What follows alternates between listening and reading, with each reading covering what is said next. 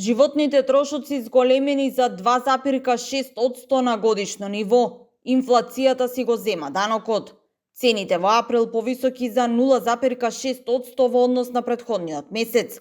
Статистика измери, а Државниот завод потврди годишна инфлација од 2,6% повисока од претходно.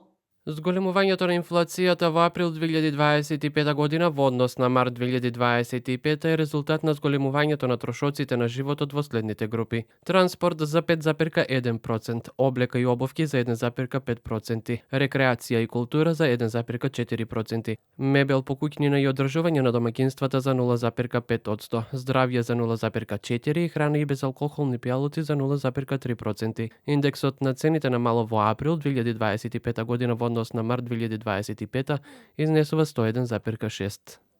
Трошоците за живот во пораст, а додека цените растат, платите стојат, се жалат граѓаните. Што да ви кажеме, ќе грешиме више, они претераа, само си качуват, а занемалување нема. И шо? Треба да се преземе нешто. Тоа е тоа. Не јадам, вика премиерот. И рајата да не јаде. Зашо од 100 динара било? Јужно овошје да не се јаде. Скапо било. Те ти кажа премиерот и живеј. На што најмногу се троши од домашниот буџет? На сметки, на храна?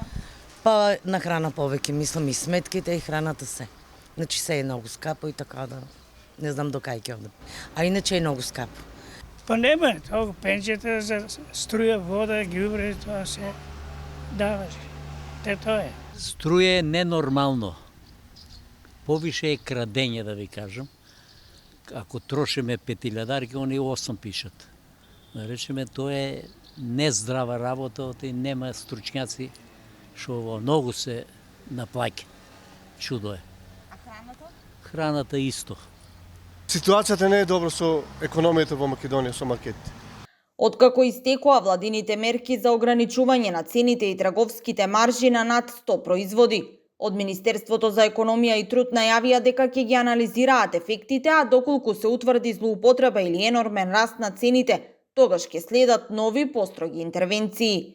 Но аналитичарите алармираат дека овие мерки не го даваат очекуваниот ефект и како што велат, не се цените високи, туку платите се ниски во земјава. Затоа, според нив, подобро е целосно укинување на ваквите мерки.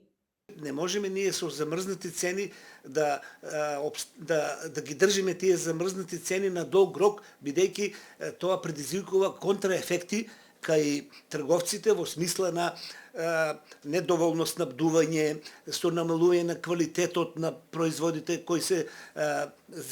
чии цени се замрзнати, бидејќи тие не може да ги покачуваат цените, но може да го намалат квалитетот, што секако не е добро од аспект на граѓаните.